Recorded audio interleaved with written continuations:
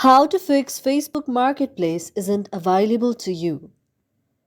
If any day any of you are a Facebook user and the Facebook Marketplace is not available to you and you are quite frustrated, do not worry as we have got the perfect solution for this.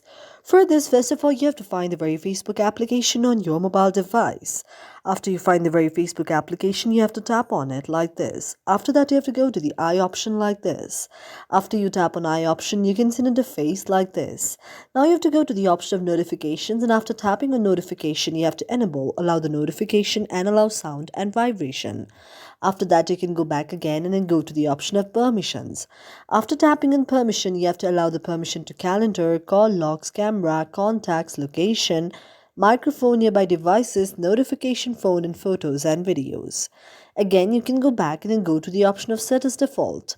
After tapping on set as default, you have to open the supported links and then go back again. Now you have to tap on storage, and after tapping on storage, if you see any of the cache out there, you have to tap on the option of clear the cache and then go back again. Now after going back, you have to go to the option of app details and store. After tapping on app details and store, now in the option of the email here, you can tap on the option of the email, and after you tap on the option of the email here, now to the very email that is mentioned here, that is the very option of the developer contact, you can just send an email to the developer regarding the very marketplace is not available in your very Facebook.